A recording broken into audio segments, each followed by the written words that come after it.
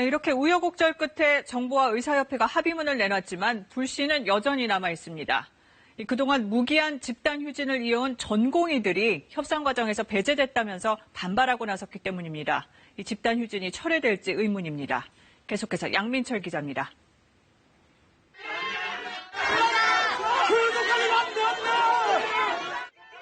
수십 명의 전공의들이 엘리베이터 앞에서 항의합니다. 대한의사협회와 보건복지부의 합의문 서명식에 박능우 장관이 참석하지 못하게 막아선 겁니다. 전공의들은 의협과 정부, 여당이 맺은 합의안에 자신들의 의견이 배제됐다며 의협 측에 해명을 요구했습니다.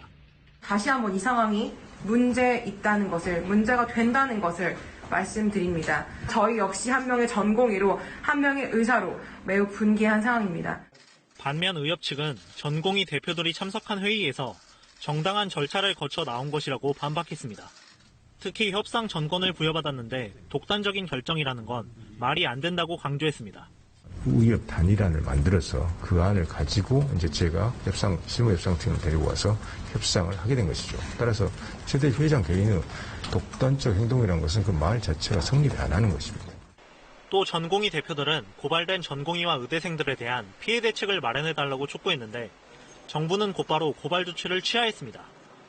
어렵게 이뤄낸 합의를 놓고 의료계 내부 갈등이 계속되는 가운데 의대생 90%가량이 의사 국가고시 접수를 취소한 상태입니다.